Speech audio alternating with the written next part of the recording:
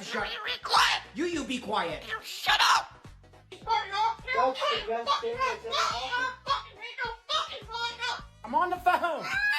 No, you can wait a minute.